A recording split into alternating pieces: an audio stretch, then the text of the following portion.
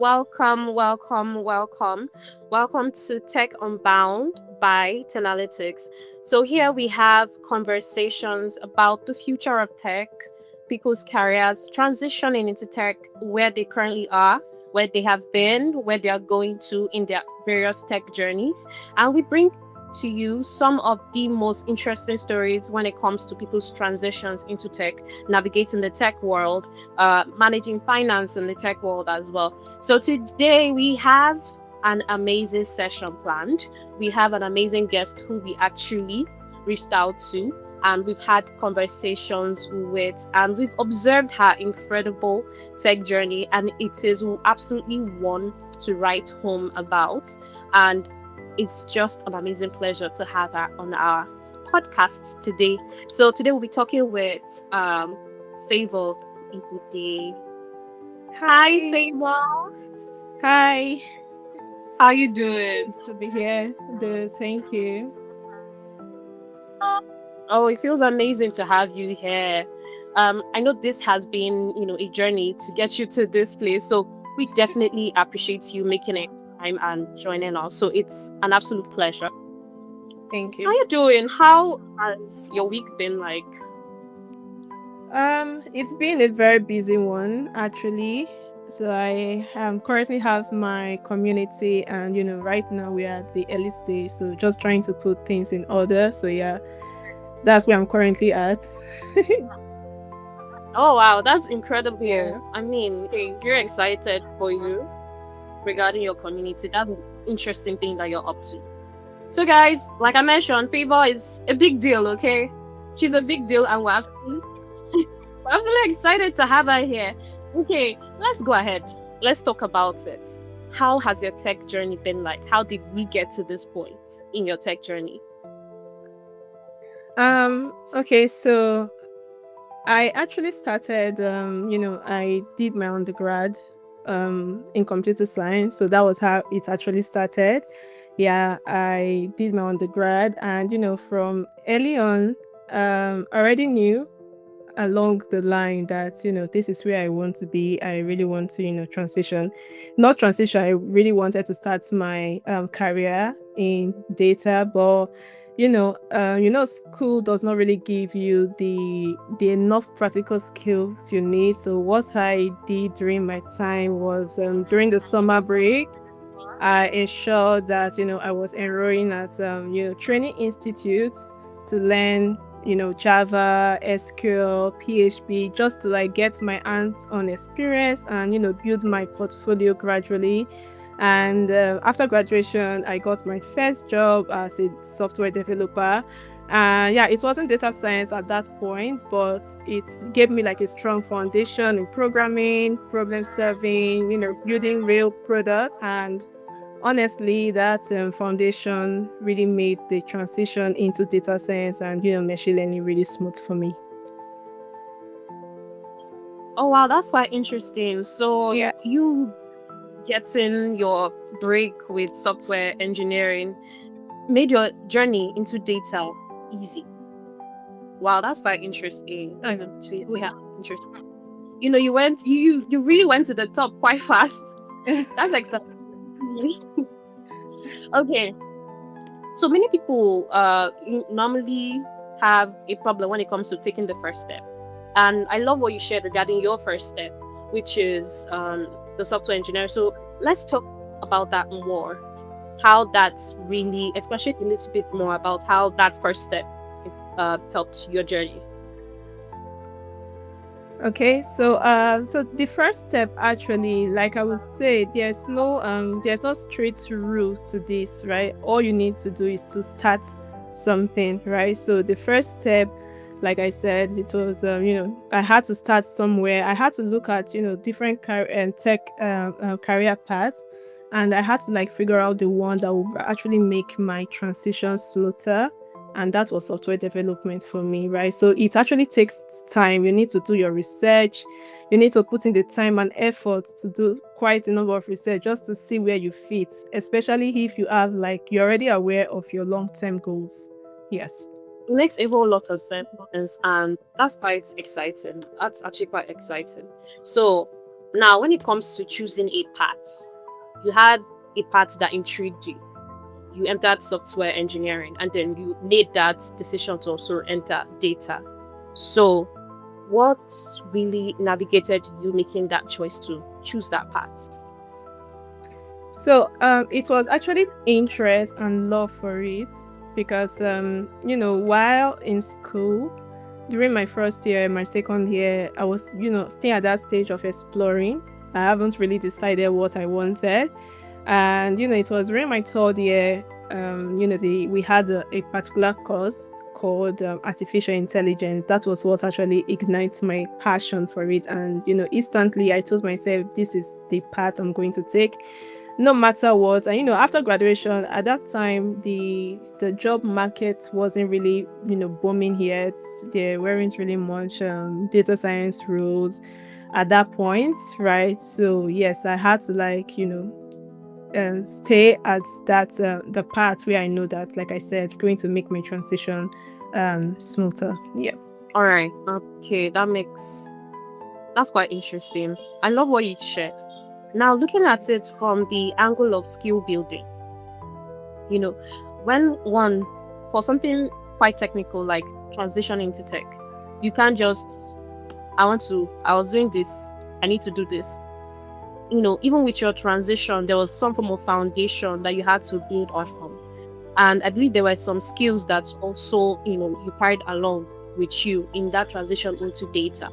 So we have a community of various individuals, those that have worked in tech, those that are just entering, tech, and those that they've not even fully explored the capacity or the industry when it comes to tech. So can you share a little bit when it comes to skill building before making that transition or while making that transition, skill building while making that transition? And also, most especially when it's someone that has no tech background or has a little bit of a tech background, or somebody that is already a tech professional, but just like you is entering a different aspect of tech. Just give us a little bit of insights regarding that. Okay, so I think I'm going to focus on beginners here. And for beginners, I will always say start with the core skills, right? Because there's a lot of skills out there, lots of tools, but you need to start with the base because the base would always be there. And new tools will come out, and those tools are literally built on the base skills, the base, like the foundation. So the foundation is really mandatory, it's really compulsory, you can't run away from it.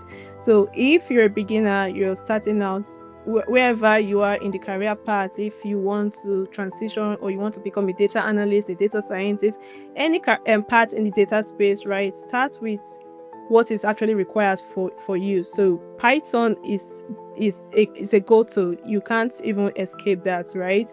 You need to learn that because that's like the main programming language, and like I said, every tools are built on that foundation as well. SQL, very important. Statistics, just so you are aware of how machine learning works, just so you understand how to give recommendation, how to explain your insight.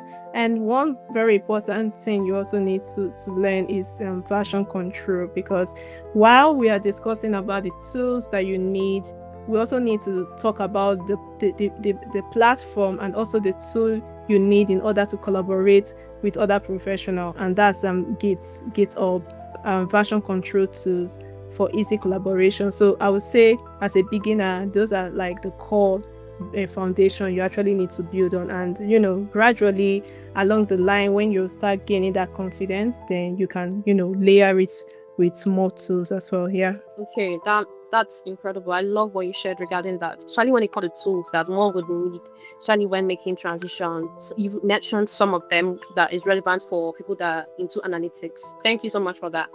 So here's the thing now. We've discussed the paths, choosing the tech industry you want to explore, you want to transition into. Now, we also talked about when you make the decision, you get the skills. So we also talked about the relevance of getting these skills, building it in order to make that transition. Now, experience. That's a big deal. Nobody's willing to take in a data analytics professional without any experience. So You need it. that exactly. So how someone that is making this transition, the person has chosen a path. The person has decided, okay, these are the skills I'm going to learn. The person has learned this skill. So how does the person build this experience? Okay, so there are always three parts I recommend to this, but for me personally, the thing is that I started my career, right, as already built from the technical skills and all of that. But even while transitioning, I needed to like start from scratch, right? So at that point in time for me, what I did was to volunteer. I was already working as a software developer, but I knew that okay, I've gathered the theoretical knowledge, I've gathered the technical knowledge, I've built my portfolio, I'm confident, but I really needed to like put these skills into practice. And what I did was to volunteer. That was the entry point for me. But for you listening to me out there, there are three. I know there are different ways to gain experience, but three I would recommend is, volunteer. You can decide to offer your skill to NGO, small businesses, or, even local community. That's something you can do to build experience. Another thing you can do is internship. Now, it could be unpaid internship, it could be paid one, whatsoever. It's just a way for you to like get I think internship actually creates that structured environment for you to learn. So whatsoever form of internship, it's very good you get one if possible. Another one I would recommend is create your own opportunities. When I talk about creating your own opportunities, I don't mean like you don't need to like wait for permission to like build experience. So I'm going to share like a personal story to creating your own opportunity.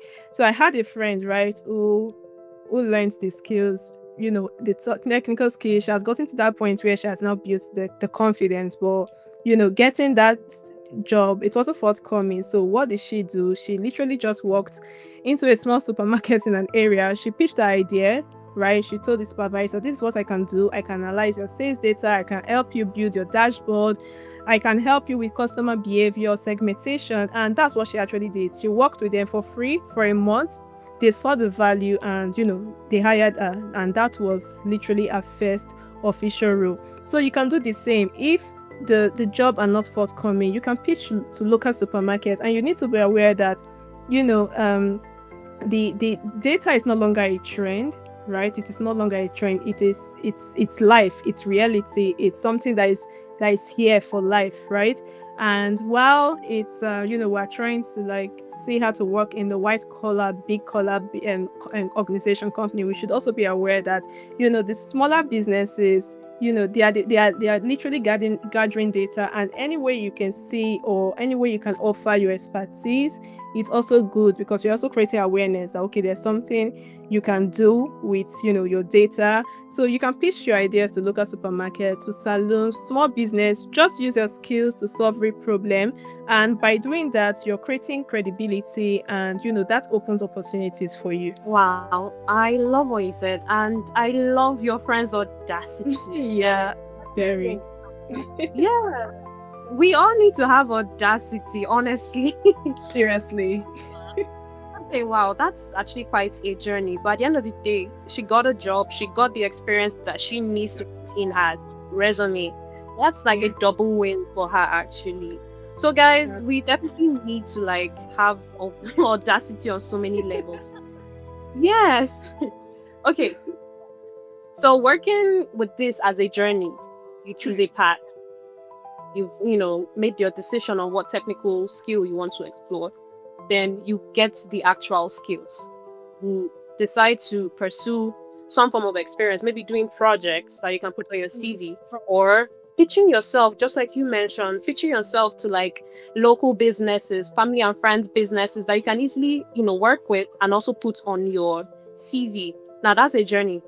Certifications, that's a big deal. So which one, as a professional, which ones would you recommend? Certifications. Okay. So anyway, for those who have seen my post for certification, it's I don't have like a straight answer to this, but I would say certification, which one would I recommend? But before I talk about my recommendation regarding certification, I would say if you should because I think this is a very important question that beginners usually ask. Do certificates really matter to those who are transitioning, those who are trying to get into, the tech space?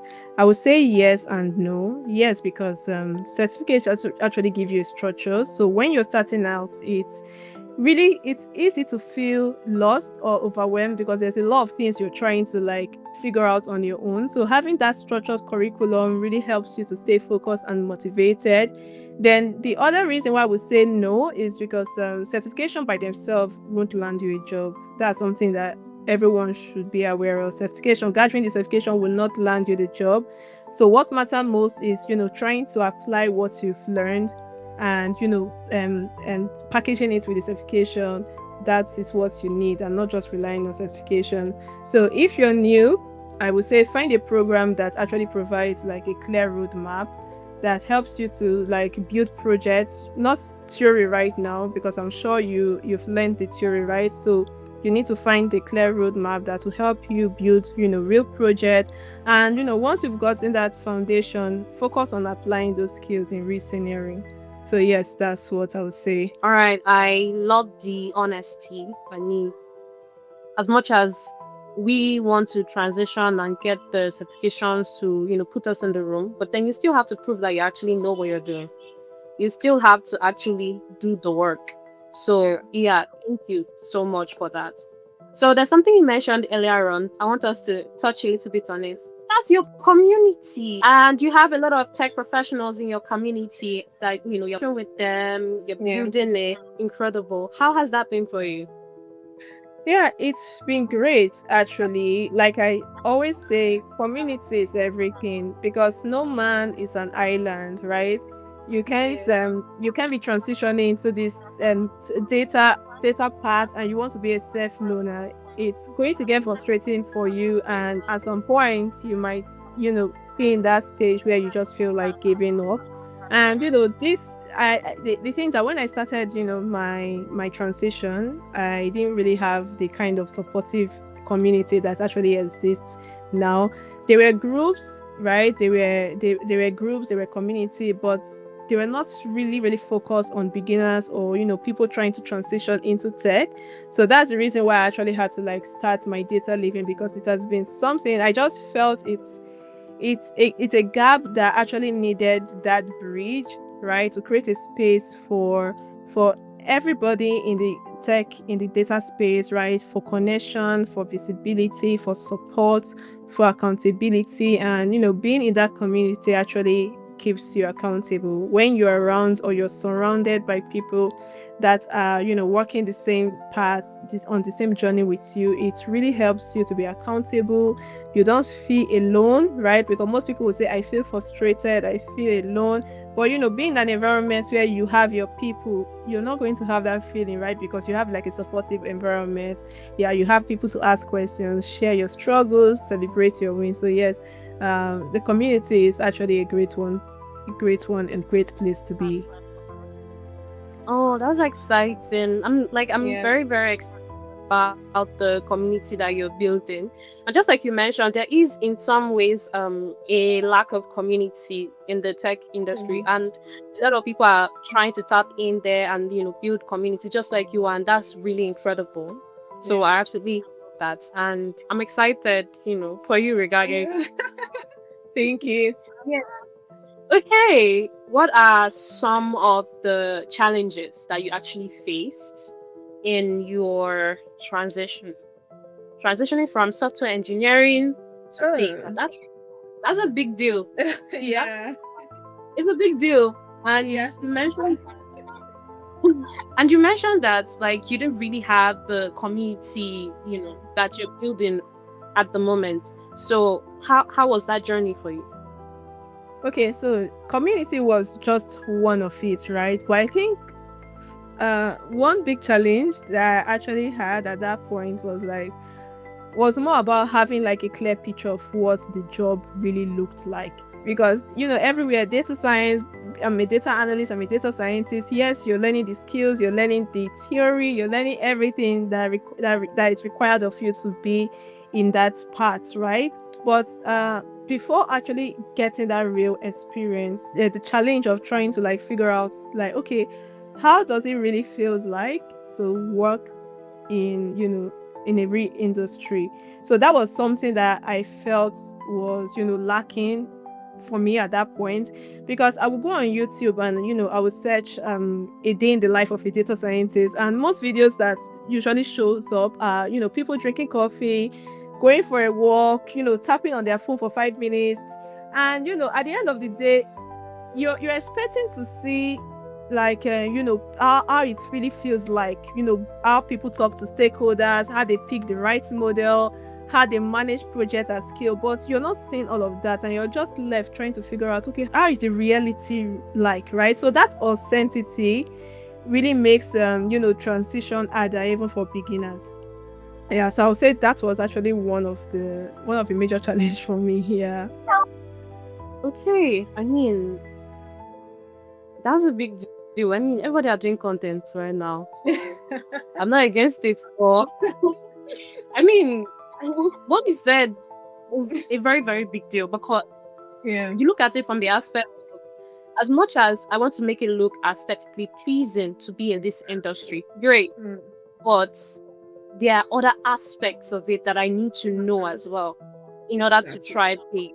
So definitely using that as a challenge is a very big deal. And I'm glad that, I mean, look at where you're at right now. You have a beautiful, thriving community. So I'm glad we're able to navigate that. And we need more people like you and other people in various industries that are able to actually give the right information. Mm. It's not just, I'm not against aesthetics. Aesthetics is great. It's fabulous, but like, let's talk about the real stuff. How is the actual job being done? So definitely, absolutely appreciate you for pointing that out. So now let's look at it from the aspect of imposter syndrome. A lot of people face it. I mean, I've had seasons in my career that I had imposter syndrome. Having that doubts. Okay, I've done a lot of things, I've achieved a lot of things, but am I sure I'm, the right person to be here at this moment? So how have you navigated having imposter syndrome, especially with transitioning as well? Okay, so first thing I would say, for anyone watching this, you should be aware that imposter syndrome does not fully goes away. So you won't say, okay, because I have 20 years of experience, I shouldn't be feeling, that imposter syndrome. No, it does not really go away, because you see, even professionals with 20 years of experience, they sometimes feel it. Maybe at some stage of their life, maybe they've switched to a new job, working with a new team, or probably doing something they are unfamiliar with. That's imposter syndrome seems to creep in, right? And one thing that has actually helped me is, first, you need to acknowledge it, right? You need to realize that it is normal. It happens to everyone. Then once you've acknowledged that, focus on building your confidence through action. Now, if you're feeling, if this imposter syndrome is coming from, real skill gap, because you would actually know why you're feeling that, right? Why you're feeling that imposter syndrome, you would know. That's why you need to acknowledge it first. Then once you've done that, then you need to realize, okay, where is this feeling coming from? Is it really coming from, skill gap? If it is, you need to invest time to improve on that skill. But if it is coming from fear, you know that I have the skills, I'm good, right? But I'm just scared. Then you need to just constantly remind yourself of your track record. Remind yourself that this is who I am. I'm good with this. So fear, I'm not going to let you creep in, right? Once you do that, you see yourself gradually getting over it, and you just have to keep showing up no matter what. You have to be consistent, and yeah, that will help. But yeah, one thing you should know, it does not fully go away. Yeah.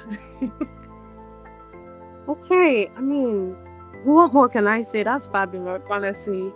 It doesn't really go away. So it's about learning to navigate it and not believe what your mind is telling you in that moment, and pushing past the self-doubt.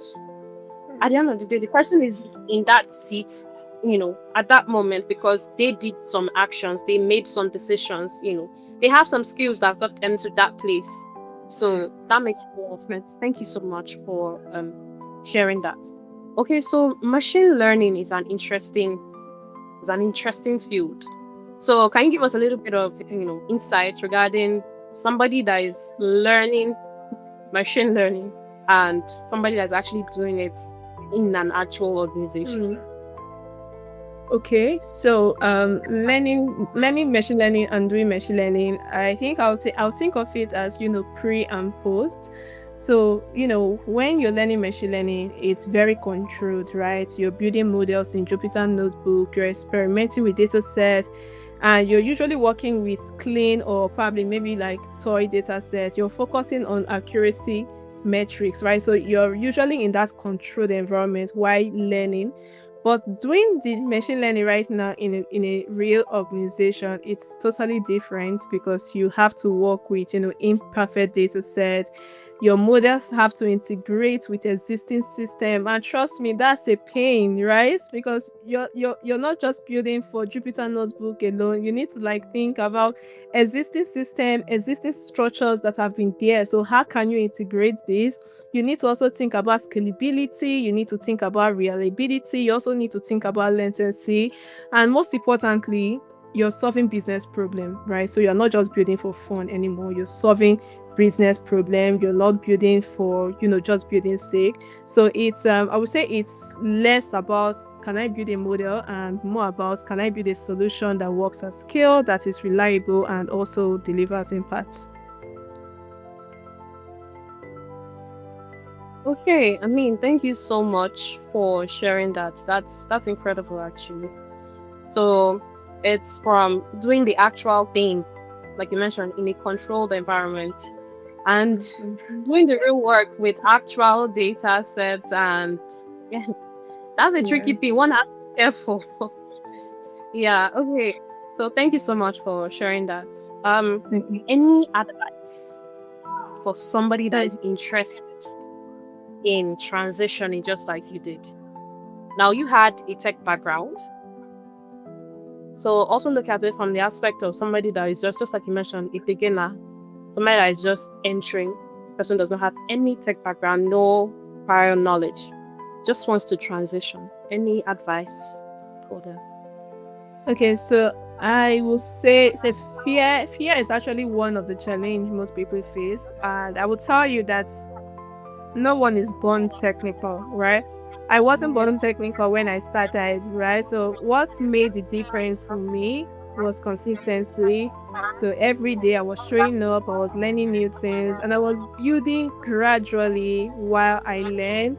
And one thing you will notice while being consistent is that confidence comes from action, not from theory, right? You know the theory, but once you start building, that confidence starts to build up, right? Because you're incorporating your theory and putting that theory into the practical building using the theory to build the practical aspect, and that confidence gradually builds up. So if you keep showing up, the keep showing up, that feels it might it might feel impossible, but just know that in 6 months time, right, in 6 months time, that consistency will build confidence, and you should also be aware that that confidence is what's going to open doors for you. So don't think you need to be so technical, don't think you need to come from a technical background, don't think you need to know all the maths, all the physics, the statistics to get started. All you need to do is just be consistent, and that's what you actually need. Yeah. All right, thank you so much for sharing that. It's about being consistent and actually building yourself and having some form of course, self confidence and pushing yourself basically and actually getting the path.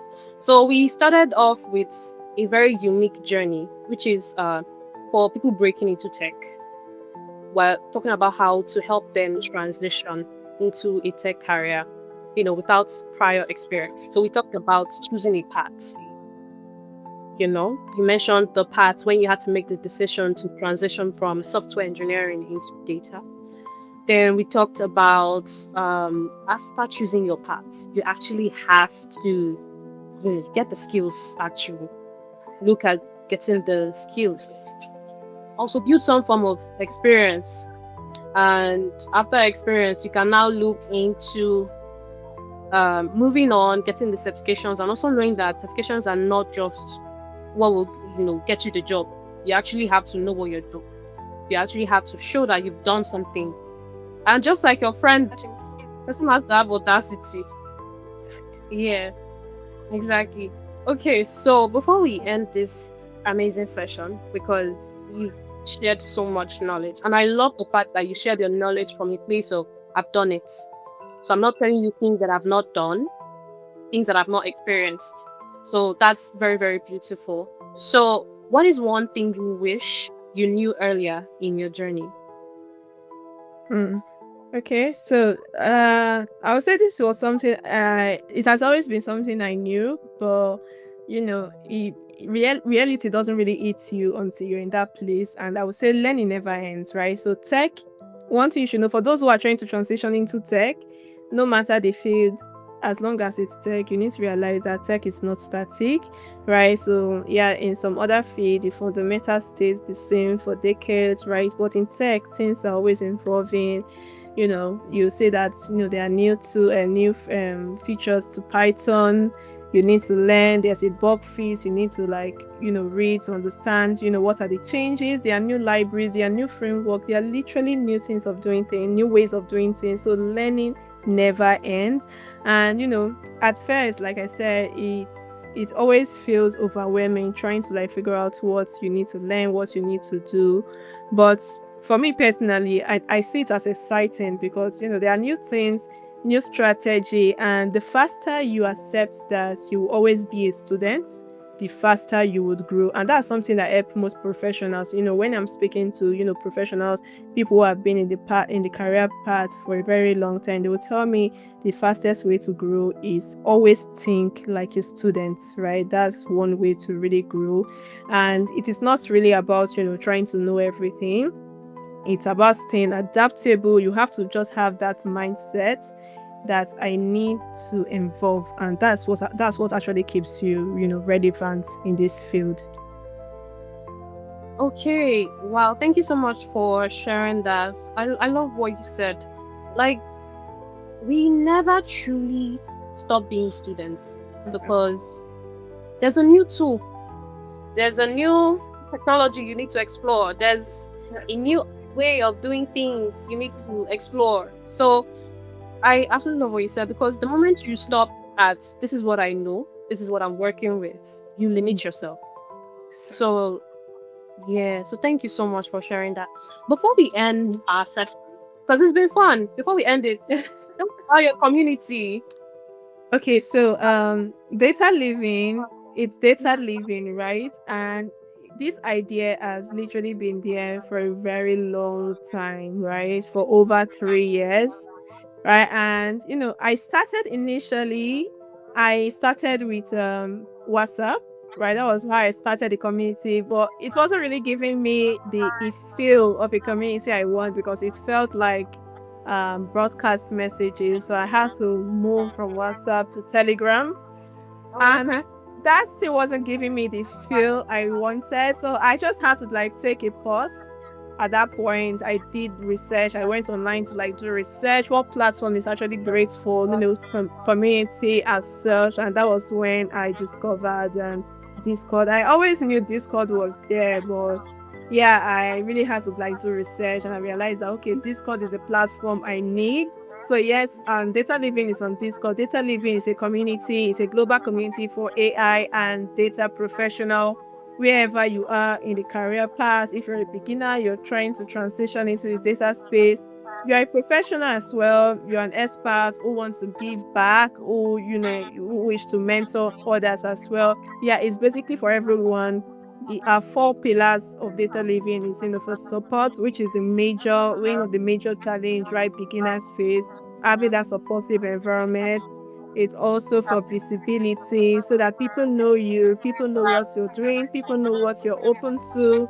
Also connection, right? Because no man is an island. You need to connect with other professionals, and also accountability, right? Having your people around, it helps you stay accountable. right? So yeah, having such an environment, being in such an environment, first of all, it pushes you.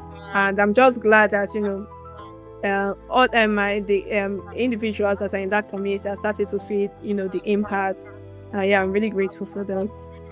Okay, I mean, I love the smile that pops up on your face when you're talking about your community. Girl, I mean, you saw it in the industry and decided to feel it, and I absolutely love what you're doing. I mean, we love what you're doing, and that's why we Thank wanted you. to have this conversation with you because I mean, you're a superstar in the data field, and we absolutely encourage what you're doing. Thank you. And we encourage your community, and I wish you the absolute best. Analytics wish you the absolute best. And we know that you're doing incredible, incredible things. So, very, very excited to have had you on this podcast. Thank Thank you you. very, Thank very you. much. Okay, guys, it's been an amazing experience and an amazing session on Tech Unbound with Analytics. My name is Daniela Ekiopara, and I am the Growth Associate for Analytics. And this session was hosted by Analytics because we believe in building an incredible community, and we believe in sharing knowledge about navigating transitions. We believe in sharing knowledge about uh, making sure that people making career transitions in the tech field do not feel alone, and they are getting the right skills, they're getting the right opportunities, and they are being positioned properly to be employed. So we have these sessions to just push, have beautiful conversations like with tech professionals like Favour to let you know that breaking into tech with an experience or without any form of experience is possible. It is achievable, and definitely is something that many have done before. You can do it as well. And it's something that we believe is an incredible opportunity for Africans and members of the Black community globally, not just in Africa, but globally. That's why we are building an amazing community for tech professionals to gain these skills and transition into whatever tech career that they are exploring. So, guys, hope you enjoyed the conversation. Hope you enjoyed Favor, because we had really beautiful conversation when it comes to breaking into tech without prior experience. And please remember to like, share, and subscribe to our YouTube channel. And thank you all for joining us. This was hosted by Analytics. Thank you and have a lovely day.